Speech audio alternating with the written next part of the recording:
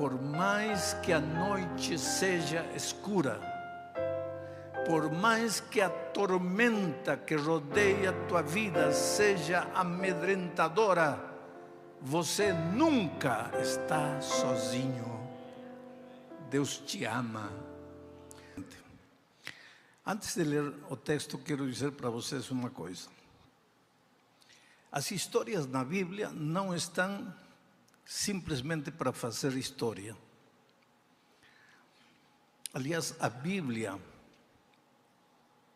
contém geografia, contém história, contém profecia, contém poesia, contém literatura, até matemáticas.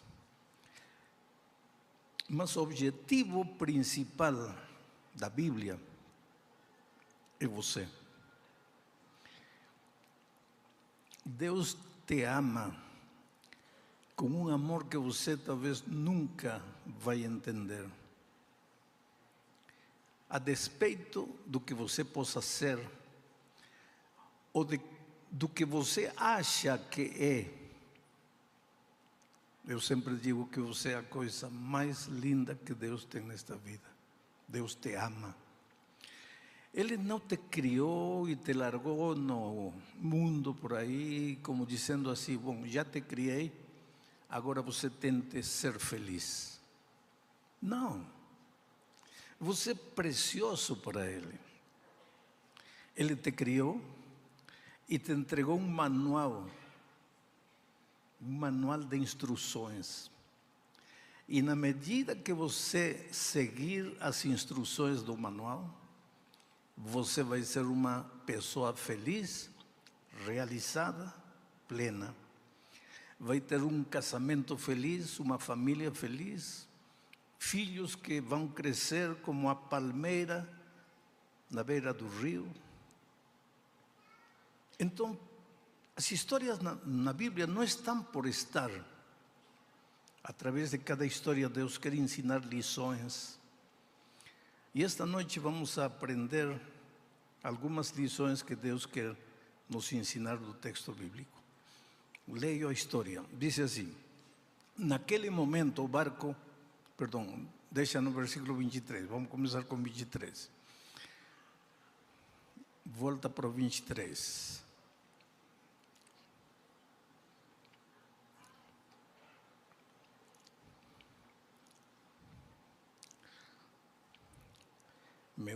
Meu português é meio estranho, não? De repente o rapaz lá não está entendendo. Versículo 23. Vocês sabem que eu já vivi a maior parte da minha vida aqui no Brasil, porque eu cheguei aqui com 29 anos. Imagina, eu já estou mais para lá do que para aqui, e passei todo esse tempo neste país. Eu cheguei a amar este país, amar sua cultura, amar sua gente. Não tenho 23?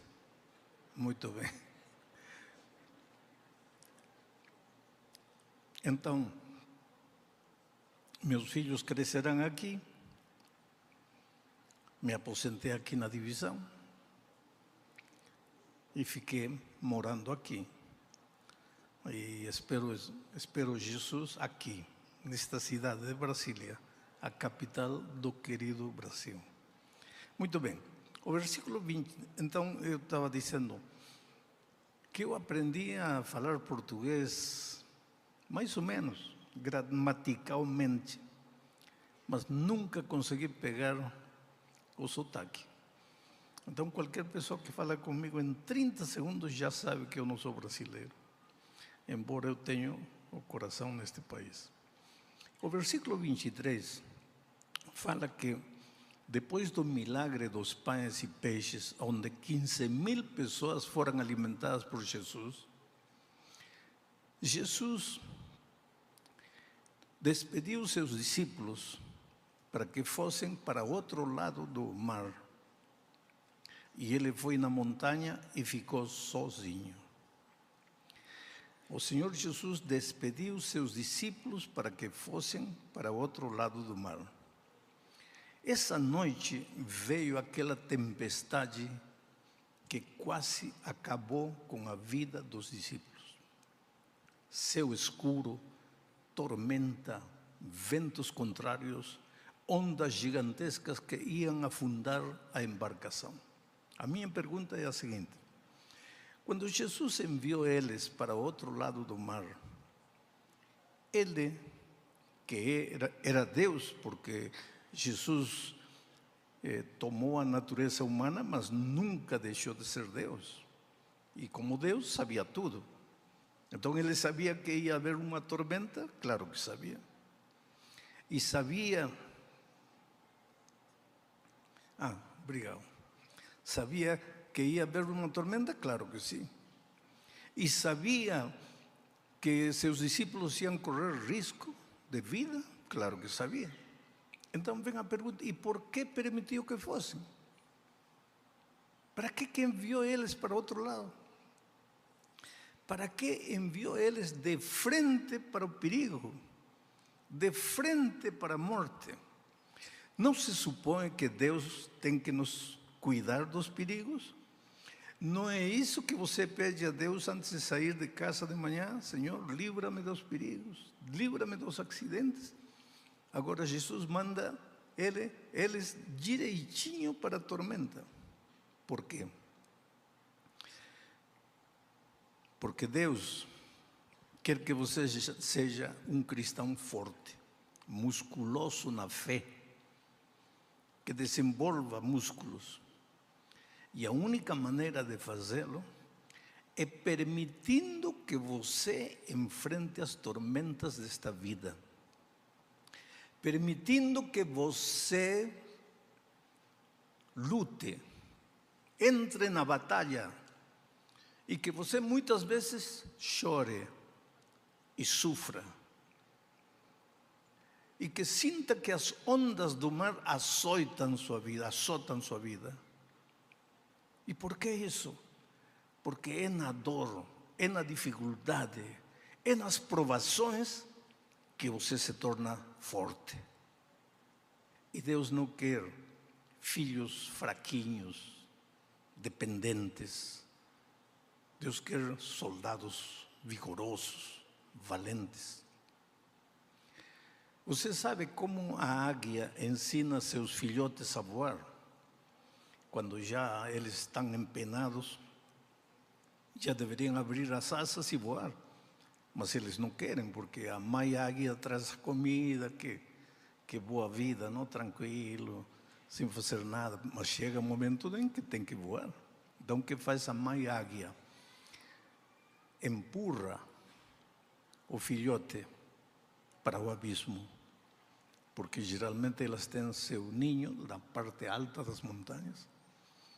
E quando o filhote está caindo, a mãe espera que abra as asas, mas ele nunca abriu, e ele não abre. E você acha que a mãe é despiadada? Não.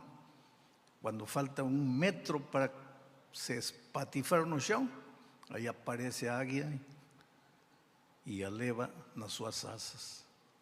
E depois o pega com o bico, o leva de novo, o solta. E quando o filhote está para se espatifar, aparece de novo e o levanta. Até que o filhote aprende a abrir as asas. Você sabe que Deus faz muitas vezes isso com a gente. Se neste momento você está passando por um momento difícil na sua vida, e sabe, estas reuniões são maravilhosas, mas estas reuniões, este tipo de reuniões também são cruéis. Como cruéis? Porque talvez você está chorando em seu coração por um drama que ninguém conhece, que ninguém sabe. Talvez seu casamento está na beira do colapso. Talvez sua empresa, sua vida financeira está tremendo. Mas ninguém sabe. Você sabe. E você veio. E quando encontrou os amigos na porta, que falou? Tudo bem? Tudo bom. Essa é uma maneira de nos cumprimentarmos aqui no Brasil. É só próprio do Brasil. Tudo bem? Tudo bom.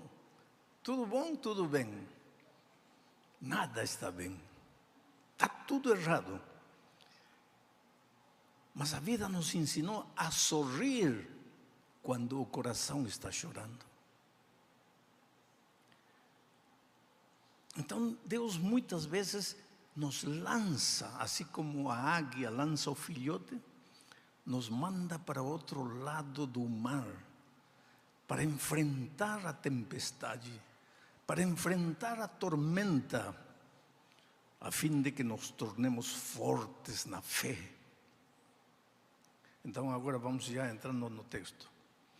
Naquele momento, o barco já estava no meio do lago. E as ondas batiam com força no barco, porque o vento soprava contra ele. Versículo 25. Já de madrugada, o texto original bíblico diz na quarta vigília, já de madrugada, entre as 3 e as 6 horas, Jesus foi até lá andando em cima da água. Versículo 26. Quando os discípulos viram Jesus andando em cima da água, ficaram apavorados e exclamaram: é um fantasma, e gritaram de medo. 27. Nesse instante, Jesus disse: coragem, sou eu, não tenham medo. E 28. Então Pedro disse: se é o Senhor mesmo, mande que eu vá andando em cima da água até onde o Senhor está. E Jesus lhe disse: vem. O problema dos discípulos aquela noite não era a tormenta, não era a noite escura, não eram os ventos contrários, não eram as ondas gigantescas. Tudo isso era real. Havia escuridão, havia noite, havia ventos contrários, tudo isso era real. Seria insensato negar essa cruel realidade, essa dramática realidade. Mas o problema dos discípulos não era a escuridão. O problema deles estava aqui dentro do coração. Era o medo. Eles estavam com medo. Tanto assim, que quando Jesus apareceu, ele não acalmou a tempestade. Em outra ocasião e em outro milagre, ele acalmou a tempestade. Mas nesta ocasião, ele não acalmou a tempestade. Ele simplesmente disse: não tenham medo, sou eu, coragem. E Pedro se animou a dizer: se és tu, manda eu também caminhar por cima das águas até onde você está. Medo. Jesus tirou o medo do coração dos discípulos. E agora esse Pedro, que 5 minutos atrás estava desesperado, chorando, achando que ia morrer, achando que já, onde está Deus? Por que me abandonou? Esse Pedro covarde, 5 minutos depois, tira o pé do barco e pisa na água, e depois outro pé, e vai caminhando por cima da água. Muitas vezes na sua vida, especialmente como empresário, você vai enfrentar dificuldades.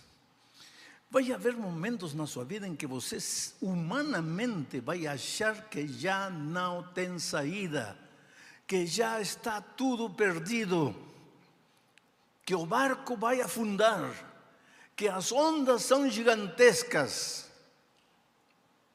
E eu não posso negar a realidade de que talvez você está enfrentando uma crise terrível, talvez a empresa está afundando. Eu não posso negar essa realidade. E você também não. Mas O verdadeiro problema não está fora de você, está dentro. É o medo, é o temor.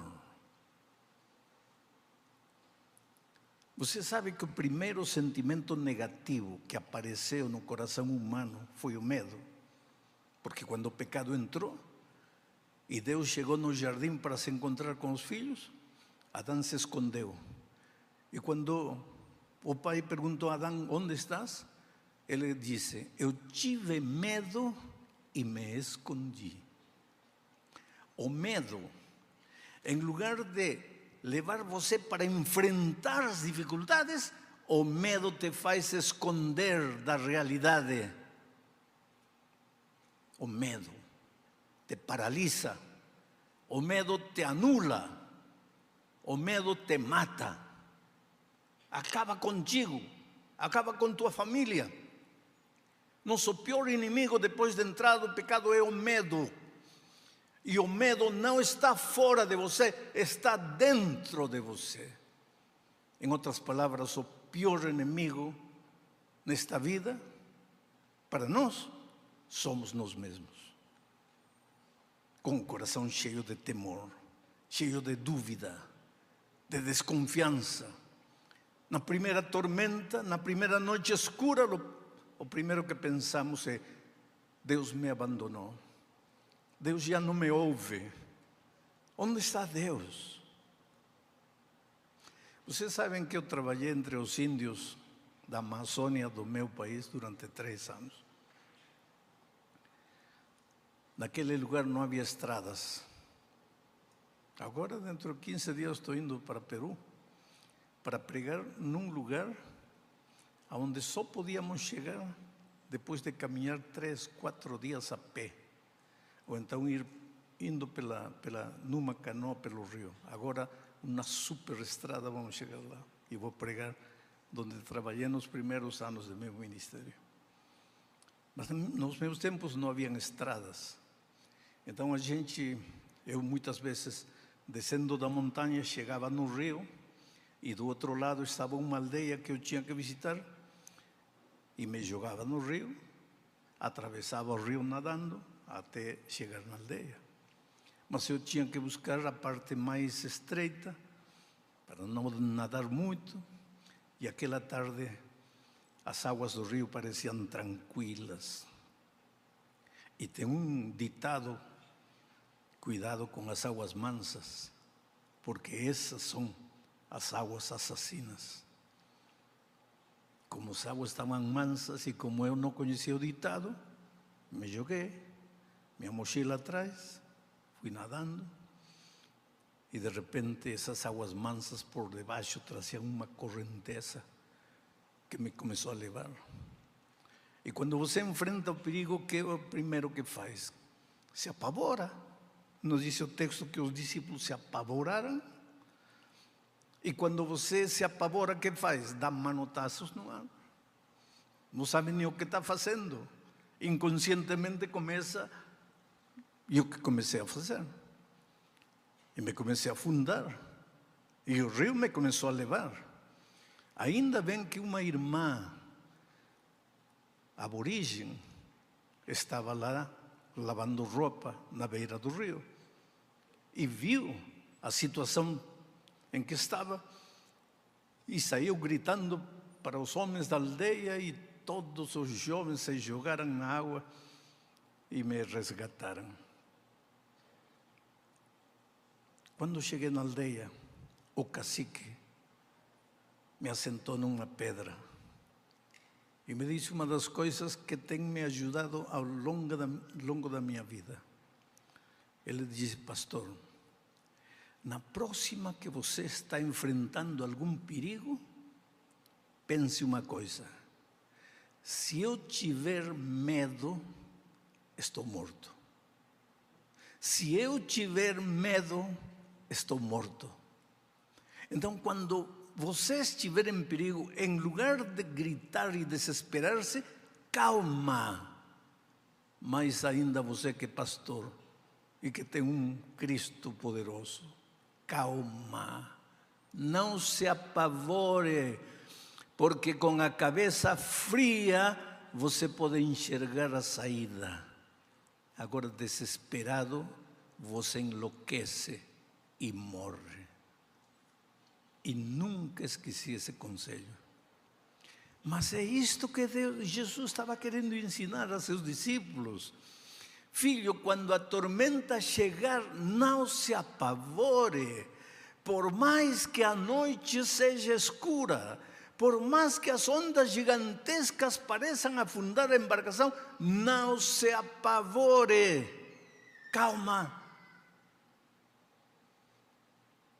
É na luta, é na batalha, é nas lágrimas que o Senhor vai burilando você, vai desenvolvendo seus músculos, vai preparando você para batalhas mais ferozes lá na frente. Acaso Jesus tinha abandonado os seus filhos? Não. Por isso que ele apareceu. Agora, eles não deveriam ficar felizes ao ver Jesus andando por cima do mar? Claro que sim. Mas em lugar disso se assustaram. E disseram, é um fantasma, é um fantasma. Por que se assustaram? Não sei. Talvez eles esperavam que Jesus aparecesse fazendo brilhar o sol à meia-noite. Ou trazendo a história para nossos dias, talvez eles esperavam que aparecesse um helicóptero jogando cordas para eles se salvarem. Eu não sei. O que eles nunca esperaram é que Jesus ia aparecer na vida deles andando por cima das águas. E por isso se apavoraram. Então a voz mansa do Senhor Jesus chegou. Não tenham medo. Sou eu. Eu nunca abandonei vocês. Eu estou aqui. Não temam. E aí Pedro, quando o medo saiu, Senhor, se és tu, manda eu caminhar. Vem. E Pedro caminhou por cima das águas. Havia noite escura? Sim, mas Pedro caminhou por cima das águas. Havia vento contrário? Sim, mas Pedro caminhou por cima das águas. Havia tormenta amedrentadora? Sim, mas Pedro caminhou por cima das águas. Porque quando o medo sai de teu coração, não há inimigo capaz de derrotar você. Por isso, Paulo diz, justificados, pois, para com Deus, temos paz. Paz, o contrário do medo. Quando o pecado entrou, colocou medo em teu coração, o diabo. Quando Jesus entra na tua vida, retira o medo e coloca paz. Agora, com paz em teu coração, te digo uma coisa: não importa o drama que você está vivendo, não importa a crise pela qual você está atravessando, não importa a batalha que você está enfrentando, tem saída. Você pode dizer, pastor, porque o Senhor não está na minha pele. Não, não estou. Mas todo drama tem saída. E a saída está aí, à vista dos teus olhos, mas você não enxerga porque teu coração está cheio de desconfiança, de temor, de medo. Te conto uma história. Há muitos anos atrás eu estava pregando no estádio da Portuguesa Santista, lá em São Paulo, na beira da Marginal. Estádio cheio. E quando estou saindo para o estacionamento a pegar meu carro, sinto que um homem corre atrás de mim. Um homem corpulento, alto. E me disse, pastor, pode me ouvir 2 minutos? Falei, tudo bem, pode falar. E me contou uma história dramática. Me disse, pastor, eu fui um homem de muito dinheiro. Uma das maiores cadenas de lojas de pneu aqui em São Paulo foi minha. Eu tinha muito dinheiro. Pegava dinheiro sem contar e partia para Las Vegas. E torrava todo o dinheiro lá e voltava. Mas enquanto eu estava torrando dinheiro aqui, as lojas aqui estavam dando dinheiro. Então eu não temia. O dinheiro me fez prepotente, soberbio. Casei 3 vezes e por causa do dinheiro destruí a vida dessas 3 mulheres. Elas me deram filhos e por causa do dinheiro meus filhos hoje não querem nem me ver. Mas um dia, pastor, perdi tudo o que tinha. Lutei como um leão, com todas as minhas forças.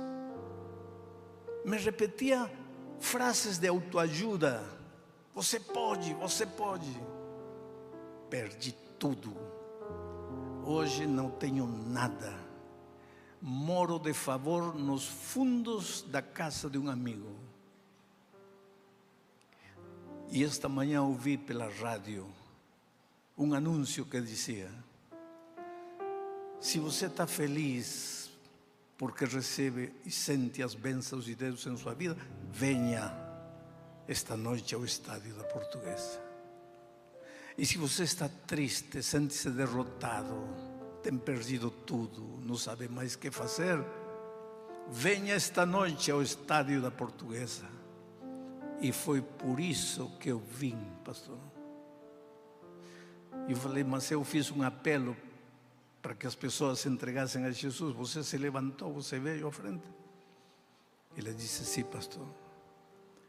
Eu vim para a frente. Eu me entreguei a Jesus. Não sei nem o que é isso, mas eu me entreguei a Jesus. Eu quero lhe perguntar, e agora Jesus vai fazer o que na minha vida? Hoje, pastor, é meu aniversário. Estou fazendo 60 anos. Já vivi mais da metade da minha vida. Eu já estou indo para baixo, fisicamente. Se eu não construí nada até esta idade, o que vou construir daqui para frente? O que Jesus vai fazer na minha vida? Eu falei, rapaz, não sei. Uma coisa eu sei. Se realmente você lhe entregou o coração a Jesus, em 5 anos, Deus é capaz de devolver para você tudo que você não fez em 60 anos. Vou fazer uma oração contigo. E orei aí no carro. E fui embora.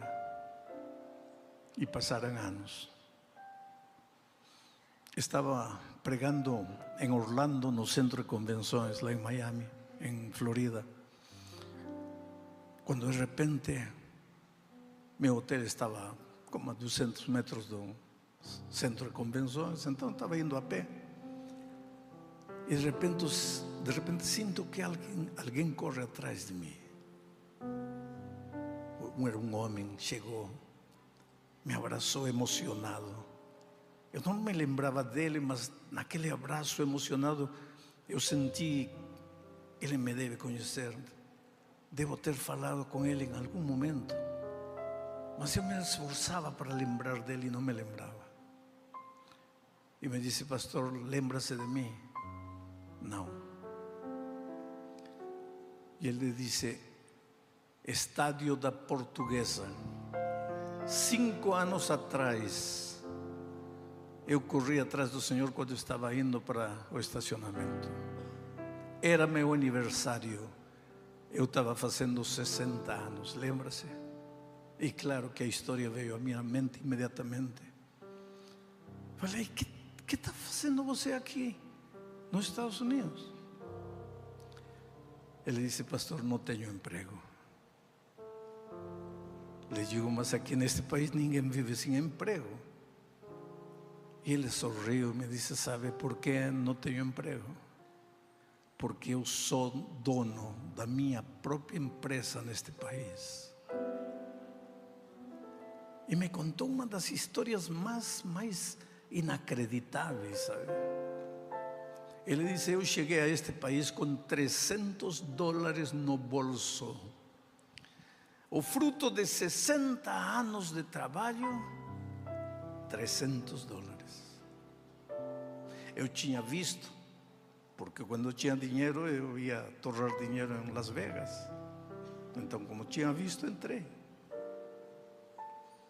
Quanto tempo pode durar $300 nos Estados Unidos? Em pouco tempo eu não tinha nem para comer, não tinha onde dormir. Eu estava numa esquina do McDonald's, esperando que diminuísse o trânsito na rua, e fui a tirar os restos de comida do depósito de lixo. E quando eu estou tirando, um homem apareceu e me disse: o que está fazendo aí? Não, nada. Não, como que nada? O que está fazendo aí? Nada, desculpa. Não, vem cá. E me levou dentro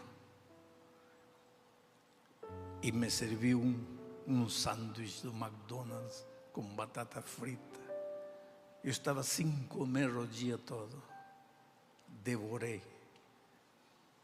E então agradeci e disse: olha, muito obrigado, que Deus o pague, já estou indo.